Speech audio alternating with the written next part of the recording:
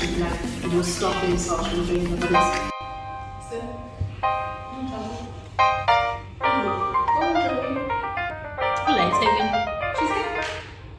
But it's noticed how important our perspective of the path between where we are and where we want to be is. So Being to Become is a platform where we're going to have open conversations about our different journeys to destiny, for us to relate, be entertained, and be inspired. So how do you feel with waiting for God's time? God's timing, because I don't know where I'm at. I'm going, but God knows. God's timing will pick me up and it will save me from everything. But yeah, I believe in God's timing, especially in the most unexpected times. That's when the Lord shows up for you. He will do things that you will like, you feel like, you know what, I'm down, I've hit rock bottom, there's no picking myself up from here. But then it's just like, you know what, boom, something just popped up, so much better, and another reason to be alive, another reason to keep fighting, another reason to breathe and stay. I am a born-again Christian. I grew up in a Christian household, partly I think in the Seaway, I'm trying to riches. All of my goals align with God's time. They align with God's timing, and he doesn't do it at your time. You don't get a car at his time. You don't get a job at your own time. It's gonna be his time, and you're gonna have to wait patiently for it. And you have to sit still. You better sit still, because he's gonna show you flames. He's not just about to give you whatever it is that you want, but it's in the waiting that you will. One day he's going to make you prosper. He's in the mission of making you prosper. So I do believe in don't flare away from God. He's there. He's silent, but he's there. He's seeing. He's listening to your prayers. So that's what I always tell myself when I'm like, but God, why is this not happening at this time? I want this to happen.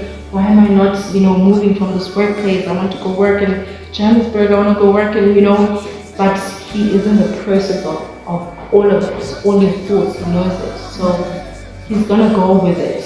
Whatever it is that you ask of him, he's going to do it for you at the end of the day. So yeah. So I think for me it's very hard to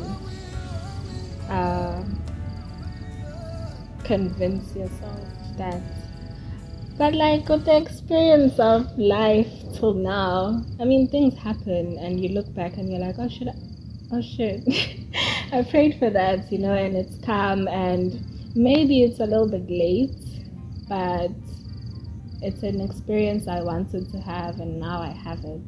So I think it's hard to convince yourself of it. Sometimes you forget about it completely, because there's God's timing or the universe's timing. I want this now. Why isn't it happening now? But I strongly believe in, like, for instance, if I'm late to something very important, I'll be thinking, oh, maybe it's because I was going to get into a car accident if I was early. So I always think it's like, it's meant to be. I'm late because it's meant to be. So having to embrace the unknown has taught you to be patient. It has really taught me to be patient, and also to wait within God's timing, like we spoke about. It's the patience and timing. You can't. This is where then social media comes in, because we're looking at all these things where we're seeing other people, we're seeing our futures and our goals in other people's lives, and then you're like, but I wanted to do that at this certain age, and you're doing it, and I'm not there yet. And then it becomes really difficult for you as a person. But then it's always really important to be patient with the lane and knowing that you're going to get there, and how you're going to go about doing it. So yeah, the patience and waiting for God's time. For me, it's been difficult to deal with the unknown, like very difficult. Like I'm talking anxiety and, you know, external help to deal with the unknown because I don't know what's gonna happen. So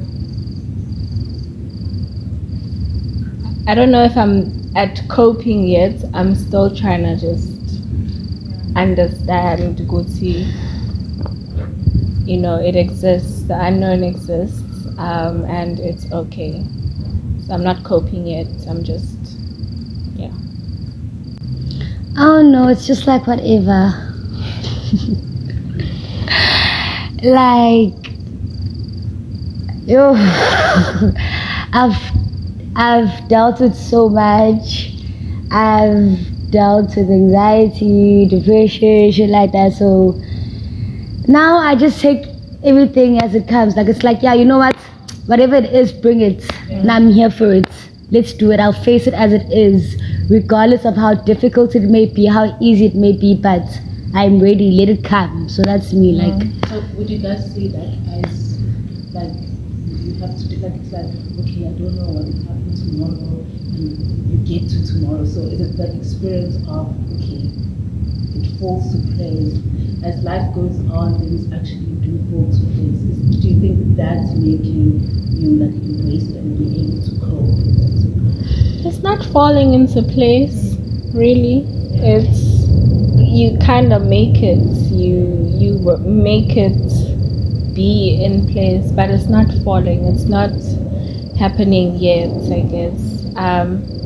But I guess I think for me, it's seeing people who are my age,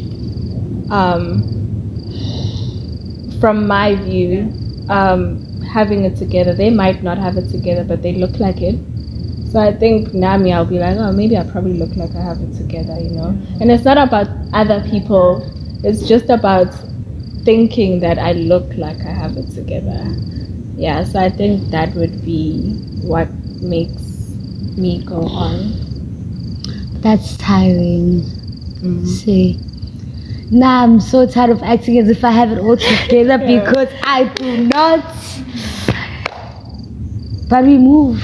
Keep Do you guys swimming. think it's okay to not have, especially because we are actually at our defining age. Our 20s, we are defining, we are building a foundation. But at the same time, it's like, that should be pushing. But at the same time, it's like, I'm not sure. Like, do you Not guys think? certain. I recently learned that it's okay to have a goal to not accomplish anything. Yeah. You can tomorrow, I don't want to do anything. That's an accomplishment. You're resting.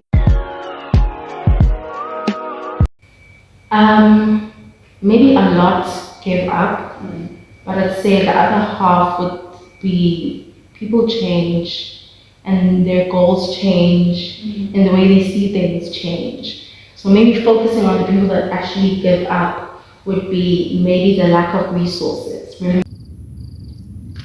I don't know, I'd say that some people feel as if they're wasting their time following their dreams and that they need to snap back into reality and realize that, hey, you know, it's not all go to bed, sleep, dream, sweet dreams and all of that because you might be wasting your time. For example, I thought my life was sports. I thought everything that had to do with me had to do with sports. So that was me.